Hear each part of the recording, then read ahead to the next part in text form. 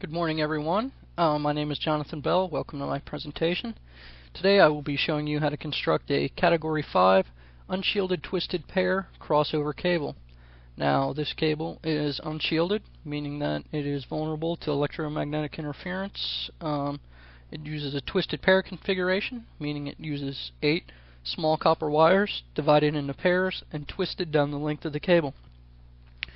This connects to an RJ45 connector. It's the standard network connection adapter in use these days. If you've ever used a network cable at all, you've probably seen this connector. Some things you're going to need for this are Category 5 unshielded twisted pair cable. You're also going to need the RJ45 connectors, and you're also going to need a special crimper tool. It's a Category 5 crimper tool. It has a wire crimper. It also has wire cutters and strippers built into it. This is a very handy tool. If you do not have one, I suggest picking one up. Now, why would you need to create this cable? You would need this cable if you were connecting a workstation to a workstation, a router to a router, or a switch to a switch. This is good for troubleshooting, or if you just need to connect a router to a router for redundancy or backup purposes. Now, what we're going to do is we're going to start by measuring and cutting the Category 5 cable. When you're measuring and cutting this cable, be sure not to use too much more than you really need. In an environment where you're using it in a wiring closet, too much can make for clutter and really looks unprofessional. Once you have it measured and cut, you want to strip away the plastic sheathing. You can use regular wire strippers to do this. When you're stripping the sheathing off, be very careful. If you nick one of the copper wires, it can cause problems in the future.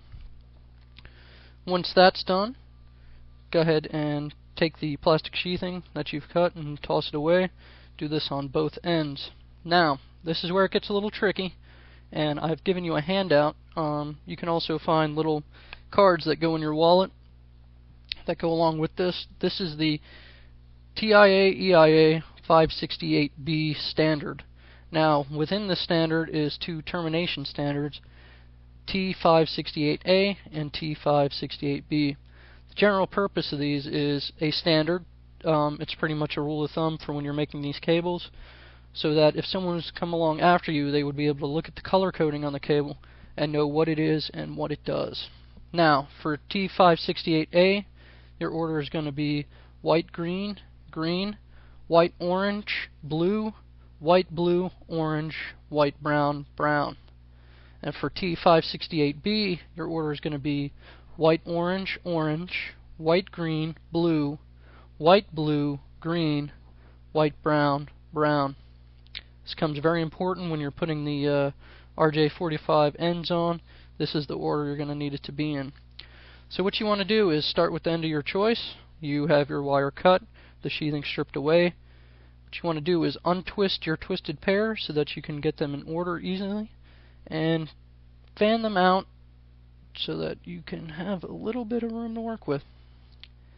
Now what you want to do is start from the left and go ahead and put them in order for T568A, starting with white green on the left and ending with brown solid on the right. Once you have these in the correct order, make sure they are even.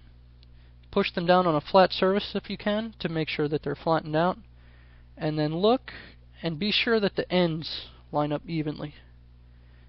This makes a whole lot of difference when you're trying to get the end on later. If they're uneven, just go ahead and clip the end so that they are all flush. Once you have that done, you want to go to the other end of the cable, and you want to do the same thing. It's already been stripped and peeled back. You have the 8 cables.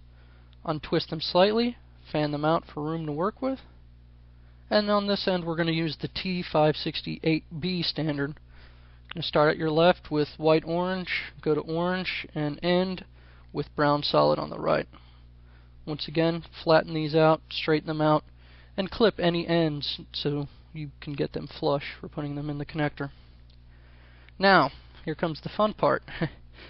We take our RJ45 end, and to be sure that we are putting it in the end in the proper order, what you want to do is place the connector clip on your index finger. With this, it assures that pin 1 is on the left. Take your pre-ordered twisted pair wires here and go ahead and slide them into the connector. There's little rails in the connector that line them up and push them up to the pin. When you get these in, be sure they go all the way to the front of the terminator end.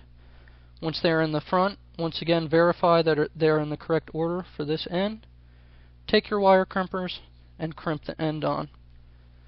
Once that's complete, we're going to go ahead and go to our other end.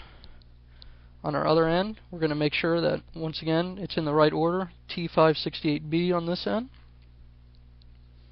Everything's even. Connector clip on the index finger. Make sure pin 1 is right. Slide it in. Be sure it lines up with the rails. And we want to push it firmly to the front. One thing you got to be sure is it gets all the way in there and everything's even. Once again, make sure it's in the correct order and crimp it down. Now, this is very important. After you're done doing this, you should be able to hold the end in one hand and give a firm yank without any wires coming out. When these cables are on correctly, they're cinched in there really firm. If it comes out easily, you will need to start over again, because you do not want this coming out in the middle of a file transfer or a big network environment. So that concludes my presentation. Once again, this is a Category 5 unshielded twisted pair crossover cable, and it's a great troubleshooting tool, and it's great to be able to know how to make it on the fly. If you're ever in a situation where you don't have a cable, you can cut an end off a straight through cable and just order the wires, and it is a great tool. Once again, thank you for coming to my presentation. I hope you have a good day. Thank you.